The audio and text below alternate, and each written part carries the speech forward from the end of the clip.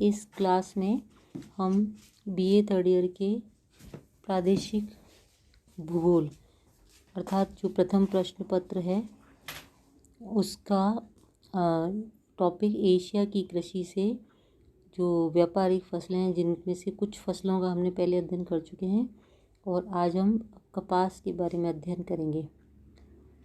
हम सब जानते हैं कि जो कपास है वो व्यापारिक फसलों में सबसे अधिक या बहुत अधिक या कह सकते हैं महत्वपूर्ण है। और वैसे तो देखिए आप लोग कपास जो है उसको एशिया का ही मूल पौधा मानते हैं। इसकी कृषि के लिए 30 डिग्री सेंटीग्रेड तापमान और 50 सेंटीमीटर वर्षा आवश्यक होती है। स्वच्छ आकाश होना चाहिए, चमकीली धूप होनी चाहिए, पाला रहित मौसम होना चाहिए और जो मिट्टी है वो काली लावा युक्त होनी चाहिए। अब हम बात करते हैं एशिया की जो कपास की जो खेती है उसकी कुछ विशेषताओं के बारे में। एशिया में विश्व की लगभग 60% कपास उत्पादित होती है और मूल रूप में जैसे देखा जाए तो एशियाई रूस और रूस से जो अलग हुए देश हैं वे और चीन और भारत आदि में कपास का बहुत अधिक उत्पादन होता है। जबकि जो भारत है वहाँ पर 2015-16 में तो कपास बहुत ज़्यादा उत्पादित हुई थी। यहाँ पे दक्षिण का पठार, गुजरात, महाराष्ट्र, पंजाब, हरियाणा और राजस्थान में कपास बहुत अधिक उत्पादित होती है। करीब 15-16 में यहाँ पे 259 लाख पौधों का उत्पादन हुआ था, कपास के पौधों का या गांठों का। चीन जो है वो एशिया का द्वितीय कपास उत्पादक देश है। इसका मुख्य उत्पादन जो होता है इस चीन में उत्तरी और मध्य चीन में होता है, हुआंगो और यांगटीसी नदियों की घाटियों में भी होता है। 15-16 में यहाँ पर कपास का उत्पादन कम से कम 220 लाख टन गांठ हुआ था। और जो एक गांठ होती है आपकी जानकारी में पता होना चाहिए कि वो 450 किलोग्राम की होती है, 480 किलोग्राम की होती है। पाकिस्तान में सिंधु बेसिन में बहुत अधिक कपास उत्पादित होता है। सन 15-16 में 70 लाख गांठों का उत्पादन हुआ था। और एशिया में जो कुछ देश ऐसे हैं जैसे कि टर्की, इराक, ईरान, कजाकिस्तान, यहाँ पर कपास का उत्पादन होता है। आप एक बार कपास का उत्पादन नक्शा बनाकर और उसमें देख सकते हैं। वैसे हम चाहें तो जैसे आप देखिए कि जैसे हम लोग एक बार नक्शा बना लें एशिया का और उसमें ये जो डिफरेंट टाइप की जो फसलें हैं इन फसलों को अलग अलग सिंबल्स देते हुए या छाया आभा देते हुए और उनको नक्शे में दिखा करके हम आसानी से इनका अध्ययन कर सकते हैं। इसके बाद हम बात करते हैं जूट की। ये जो रेशे वाली फसल है इससे टाट, सूतली आदि बनाए जाते हैं और ये उष्ण जलवायु का पौधा है। कम से कम इसके लिए 25 डिग्री सेंटीग्रेड तापमान चाहिए और 150 सेंटीमीटर वर्षा होनी चाहिए। जहाँ ज़्यादा बारिश होती है जैसे कि डेल्टाई प्रदेश वहाँ पर ये बहुत अधिक उत्पन्न होता है। एशिया में जो है भारत और बांग्लादेश में सबसे ज़्यादा जूट का उत्पादन होता है। यहाँ पर विश्व का 97% जूट उत्पादित होता है और चीन, थाईलैंड और म्यांमार में जूट काफ़ी उत्पादित होता है। लेकिन आपको जानकर आश्चर्य होगा कि जो भारत है उसमें वहाँ पर जूट का सबसे ज़्यादा उत्पादन होता है। भारत का जो वार्षिक उत्पादन है करीब करीब 151 लाख मीट्रिक टन है। जबकि जहाँ पर पश्चिम बंगाल, बिहार, उड़ीसा, असम और उत्तर प्रदेश राज्यों में जूट का उत्पादन होता है। बांग्लादेश में गंगा ब्रह्मपुत्र का डेल्टा जो है प्रमुख जूट उत्पादक क्षेत्र है। यहाँ पर नारायणगंज, देवरा, सिरसागंज और उत्तरी क्षेत्र में जूट का उत्पादन होता है। प्रतिवर्ष करीब करीब 80 लाख मीट्रिक टन जूट उत्पादित किया जाता है। इसके अलावा थाईलैंड, म्यांमार, नेपाल और वियतनाम में सीमित मात्रा में जूट का उत्पादन होता है। अब इसके बाद हम बात करते हैं गरम मसालों की। गरम मसालों में जो एशिया का जो विशेष तौर पे दक्षिणी पूर्वी एशिया है वहाँ पर गरम मसाले बहुत अधिक होते हैं। इनकी कृषि जो है वो औपनिवेशिक काल में प्रारंभ की गई थी क्योंकि सारे मसाले जो हैं उष्णकटिबंधीय उपज वाले हैं। शीतोष्ण प्रदेशों में इनकी मांग बहुत ज़्यादा होती है। गरम मसालों में जैसे इलायची, काली मिर्च, लौंग, दालचीनी, सौंठ, जायफल आदि आते हैं। Indonesia, Bharat, Myanmar, Thailand, Sri Lanka, Philippine और में गरम मसाले बहुत ज़्यादा उत्पादित होते हैं। इसके अलावा एशिया में नारियल, सिनकोना, तंबाकू, खजूर आदि की कृषि होती है। अब ये कुछ हमने व्यापारिक फसलों की बात की है। अब चूँकि आज ये टॉपिक ख़त्म हो चुका है, लेकिन क्योंकि ये अभी काफ़ी हमारा इस वीडियो में समय बाकी है, तो आज ही मैं थोड़ा सा आपको जो हमारे एशिया की खनिज और शक्ति संसाधन है उनका शुरुआत करना चाहूँगी। आप सभी जानते हैं कि वर्तमान समय में आर्थिक और औद्योगिक विकास के लिए प्रमुख रूप से हमें खनिज और शक्ति संसाधन की आवश्यकता होती है। अब एक तरह से जो खनिज हैं वैसे तो प्रकृति प्रदत्त अनुपम उपहार हैं, मतलब हमें नेचर से ही मिले हैं। उनके माध्यम से हम ना मतलब क्षेत्रीय प्रगति तो होती है, स्थानीय प्रगति, इसके अलावा विदेशों में भी विदेशों से व्यापार का भी विकास होता है। देखा जाए तो जो खनिजों की उपलब्धि है उनका संबंध मूल रूप से क्षेत्रीय संरचना से होता है। इसका मतलब ये है कि इस प्राचीन भूगर्भिक क्षेत्र ही खनिजों से संपन्न होते थे। शक्ति संसाधन जहाँ एक और औद्योगिक विकास को नियंत्रित करते हैं, वहीं दूसरी ओर परिवहन व्यवस्था को भी प्रभावित करते हैं। देखा जाए तो ये खनिज और शक्ति संसाधन जो हैं वो परिवहन और औद्योगिक विकास, ये सब एक दूसरे के पूरक होते हैं। सामूहिक रूप से एक तरह से स्थानीय क्षेत्र का या स्थानीय रूप से उस क्षेत्र का बहुत अधिक विकास इन्हीं पर आधारित होता है। अब जो एशिया है वहाँ पे देखिए, अब खनिज और शक्ति जब पढ़ेंगे ना हम, इन खनिज और शक्ति संसाधन में देखना बहुत अधिक विविधता पाई जाती है। यहाँ तक कि मतलब इनके वितरण में भी विविधता पाई जाती है, यानी कहीं कोई खनिज पाया जाता है, कहीं किसी जगह पर कोई खनिज पाया जाता है, और कहीं बिल्कुल ही खनिज नहीं पाए जाते हैं, कहीं बहुत अधिक खनिज पाए जाते हैं। और साथ में ये जो है इनकी उत्पादन की मात्रा में भी बहुत अधिक विविधता पाई जाती है। अब एशिया में जो है जैसे जो खनिज हैं उनके बारे में कहा जाता है कि जब विश्व के दूसरे देश अज्ञान के अंधकार से ग्रस्त थे, उस समय में मतलब इतना ज्ञान लोगों को नहीं था, उसमें चीन और भारत में धातु तकनीक का विकास हो गया था। इस क्षेत्र में संपूर्ण एशिया, मानसून एशिया अग्रणी नहीं था, बल्कि भारत और चीन ने मुख्य रूप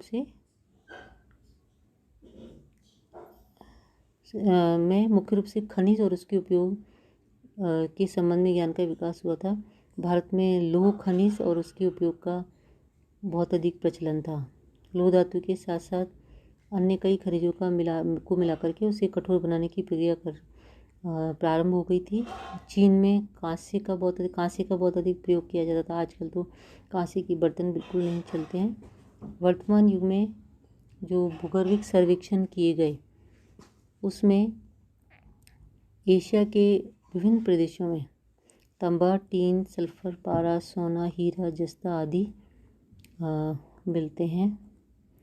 अब वर्तमान समय में हम देखें तो एशिया जो है विश्व में बहुत सारे ऐसे खनिज हैं जिनके उत्पादन में बहुत अधिक महत्वपूर्ण स्थान रखता है। वर्तमान समय में जितने भी खनिज हैं उनके उत्पादन में बहुत सारी संभावनाएं बहुत हैं। जैसे यहाँ पर जो भी खनिज और शक्ति संसाधन पाए जाते हैं उनके आधार पर ही हम एशिया का विकास और भविष्य की प्रगति के प्रारूप के निर्धारण हेतु इनका अध्ययन हमें बहुत अधिक आवश्यक भी है। अब बात करते हैं हम खनिज की। तो इन खनिजों में एशिया का बहुत अधिक महत्वपूर्ण स्थान है। जैसे यहाँ आप देखिए कुछ जैसे मैं आप बात करती हूँ यहाँ पे एशिया में तीनों प्रकार की खनिज, जैसे तीनों प्रकार की खनिज का मतलब ये है कि धात्विक, अधात्विक और बहुमूल्य खनिज पाए जाते हैं। अब सबसे पहले जब हम यहाँ पर धात्विक खनिजों की बात करेंगे कि इन धात्विक खनिजों में कौन कौन से खनिज आते हैं। इन धात्विक खनिजों का प्रयोग भी हम लोग औद्योगिक उत्पादों में करते हैं, यानी कि जो भी औद्योगिक उत्पादन उसमें इनका उपयोग किया जाता है। इनका एशिया में वितरण बहुत ज़्यादा समान है। एशिया में भारत, चीन, मलेशिया, जापान, उत्तरी और दक्षिणी Korea, Myanmar, Vietnam, Iran, Turkey, Kazakhstan, Mongolia इन देशों में धात्विक खनिज पाए जाते हैं, लेकिन अधिकांश देशों में इनकी मात्रा सीमित है। जैसे जापान जो है वहाँ पे बहुत सारे धात्विक खनिज हैं, लेकिन मात्रा इतनी सीमित है कि वो उस देश की औद्योगिक आवश्यकता को पूरा नहीं कर सकती। अब देखा जाए तो भारत, चीन, म्यांमार, मलेशिया, इंडोनेशिया और फिलीपींस में अनेक धातु बहुत महत्वपूर्ण रूप में पाए जाते हैं। भारत में लोहा, अभ्रक और मैंगनीज का बहुत पर्याप्त भंडार है और एल्यूमिनियम भी पर्याप्त मात्रा में पाई जाती है। चीन मैंगनीज, टंगस्टन, एल्यूमिनियम और एंटीमनी का पर्याप्त भंडार रखता है। मलाया में टिन एवं एल्यूमिनियम, म्यांमार में तांबा, सीसा, जस्ता और टंगस्टन, इंडोनेशिया में टिन और एल्यूमिनियम, फिलीपींस में क्रोमियम, लोहा, मैंगनीज, तांबा बहुत अधिक मात्रा में पाए जाते हैं। अब सबसे पहले हम बात करते हैं लोहा धातु की, यानी कि आयरन ओर की। जो लोहा धातु है वो उसका एशिया में पूरे विश्व का लगभग 22% उत्पादित होता है। और जो कच्चा लोहा है, जैसे उसके 4 प्रकार होते हैं, हम सभी जानते हैं कि हेमाटाइट, मैग्नेटाइट, लिमोनाइट, सिडराइट, चारों प्रकार उत्पादित होते हैं। इसमें सबसे जो सर्वोत्तम प्रकार का लोहा होता है वो होता है हेमाटाइट, और वो भारत, चीन और कोरिया में मिलता है। इसमें लोहे का अंश करीब करीब 72% से अधिक होता है। और जो चीन है वो वहाँ पर भी बहुत अधिक मात्रा में लोहे का उत्पादन किया जाता है। करीब करीब विश्व का 41% लोहा यहाँ उत्पादित होता है। चीन में हांगकाओ के निकट ताही, लोखान तथा हुपेऊ और चिंगलिंग, ये इन क्षेत्रों में बहुत अधिक मात्रा में लोहा पाया जाता है। अब इसके अलावा शांटुंग, शांसी, चिंघाई इन राज्यों में भी लोहा बहुत अधिक मात्रा में पाया जाता है। लोहे का जो वर्तमान उत्पादन है उसके अलावा इसका जो भंडार भी दोनों दृष्टि से चीन महत्वपूर्ण स्थान रखता है। कहा जाता है कि करीब सुरक्षित जो लोहा भंडार है करीब करीब यहाँ चाइना में 1984 करोड़ मीट्रिक टन है। और भारत भी इस दृष्टि से बहुत अधिक महत्वपूर्ण है। भारत का आधे से अधिक लोहा बिहार की सिंहभूमि, उड़ीसा की मयूरभंज और क्योंझर की खानों में निकाला जाता है। और दूसरे उत्पादक राज्य मध्य प्रदेश, आंध्र प्रदेश, कर्नाटक हैं। यहाँ का 2016 में मतलब उत्पादन हुआ था करीब करीब 129 मिलियन टन, और सुरक्षित भंडार भी करीब करीब 3130 करोड़ मीट्रिक टन, और उच्च और मध्यम कोटि के करीब करीब पाए जाते हैं, और करीब करीब 8500 करोड़ मीट्रिक टन निम्न कोटि का लोहा पाया जाता है। एशिया के दूसरे उत्पादकों में जैसे कि है उत्तरी Korea, Japan, Malaysia, Iran, Turkey, Kazakhstan, Philippines आदि, और बहुत सीमित मात्रा में दक्षिणी कोरिया, थाईलैंड और पाकिस्तान में भी पाया जाता है।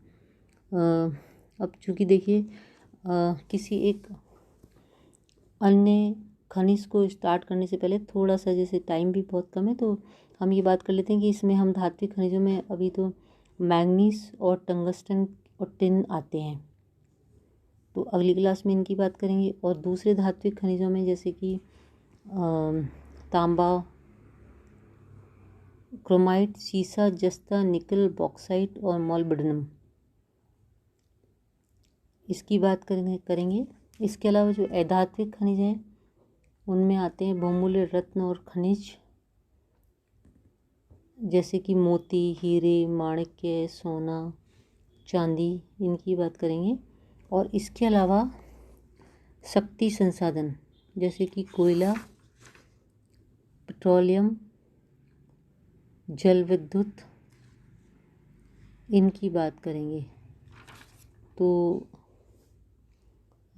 देखा जाए तो इनमें ये कहा जाता है जो धात्विक खनिज हैं उनमें करीब करीब जो है जो मैंगनीज़ है उसका उपयोग हम लोग लोहे से इस्पात बनाने में करते हैं। और जो एशिया में मैंगनीज़ का उत्पादन है बहुत अधिक महत्वपूर्ण है। ये करीब करीब पूरे विश्व का 12% मैंगनीज़ यहाँ उत्पादित होता है। तो यहाँ पर करीब करीब मतलब आप देख लीजिए कुछ क्षेत्र हैं जैसे कि एशिया क्यांगसी, हुनान, कांशू क्षेत्र ये चाइना के क्षेत्र हैं जहाँ पर कि बहुत अधिक मैंगनीज़ उत्पादित होता है। एशिया के कुछ देशों में जैसे कि भारत में भी मैंगनीज़ का उत्पादन बहुत काफ़ी मात्रा में होता है। वार्षिक उत्पादन करीब करीब 21 लाख मीट्रिक टन है। और भारत में उड़ीसा में सबसे अधिक मैंगनीज़ उत्पादित होता है। दूसरे राज्य हैं जैसे महाराष्ट्र, मध्य प्रदेश, कर्नाटक, बिहार आते हैं। और कुल जो संचित भंडार है वो है 18 करोड़ मीट्रिक टन।